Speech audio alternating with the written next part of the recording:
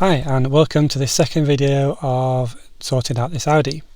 Now if you've not seen the first one, then I invite you to go back and watch the first video. This is basically an Audi that I picked up on a bit of an impulse. I admit it's not a Ford, but I want to see what I can do with it. It's something a bit different from the Fords that I'm used to. So basically this series, if you like, is a little bit about trying to make it a bit better and try and get it back on the road again for someone who wants to buy it. So the first thing I did is I wanted to sort out the rear window, the rear door.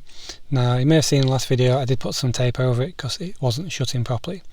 Now first thing I did is take off the door card, so just one or two screws and it just pops off.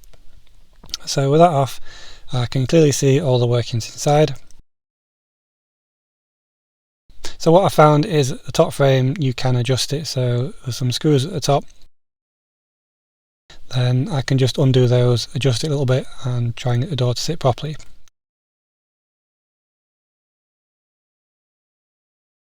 So while the door is open as well, I decided to have a look at the door because the central locking on it, I think it's basically air operated as it's an old system, wasn't working too well. I noticed that basically there was a tiny little bit of plastic holding it on and it fell off as I took the door card off. So what I've done is found a little bit of plastic tubing. This has come from an old fish tank. I popped that on and now the door locks, it works perfect basically. So an easy fix. So putting the door card back on, I had a quick thought in the garage. I did have a spare window winder from an old Mark III Escort, I think it was. So I decided to see if this would fit, which it does quite well.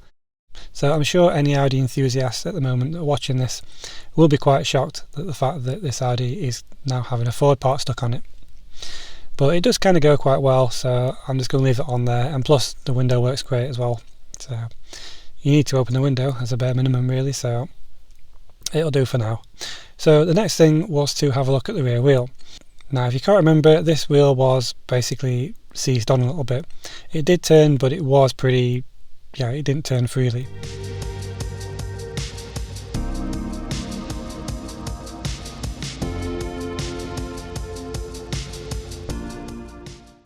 Now I could move the handbrake, that seemed to move quite freely.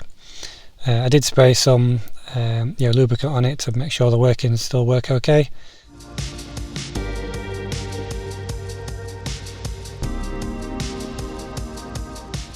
So I've taken everything off, undo the calipers, make sure that the disc spins freely. So I wasn't sure on these cars if it had drum brakes within the disc. I had a quick look and I couldn't see any. So it's just the basic rear disc and the caliper. And they tested fine, so the next thing to do was to re-grease the sliders. Now taking these out, these did look very dry and a little rusty. No doubt whoever buys this car is going to want to go over the brakes anyway and upgrade them all. But for now, put some new grease on and it seems to work pretty well. So I put all that back together, put the spare tyre back on, drove the car up and down the drive a few times, and it seems absolutely okay now. So another job well done. So moving on to the next thing, what I wanted to do is give the engine bay a little bit of a clean. Again, it's a time lapse, but as you can see, just using a bit of degreaser all over the engine. I wanted to give it a tidy up because it was quite dirty under here. So as you can see, just spraying a bit of degreaser all around the engine bay. I'm not using the pressure washer because you don't want to get water or forced water in any of the electronics.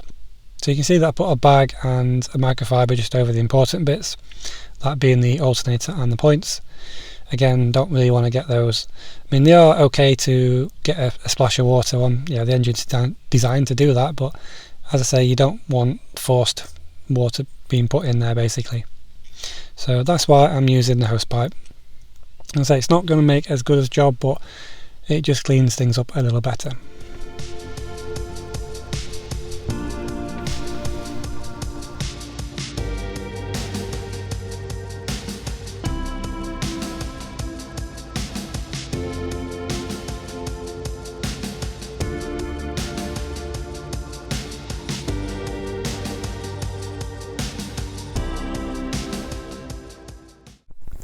So what I didn't record after that is basically me giving the interior a little bit of a clean. It's come out quite well. I haven't done anything properly, it's just a bit of a vac and a wipe around. So I gave the car wash on the outside just to make it look a bit better. I'll put some photos on now of the car, basically how it's looking at the moment.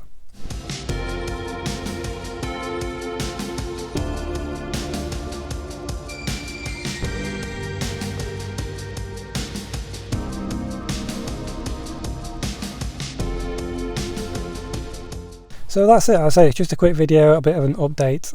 So as I said before in the last video, that this car is basically, you know, if you are interested in this car and want to buy it, then let me know down below or message me on Instagram, and hopefully I'll see you in the next one with the next update.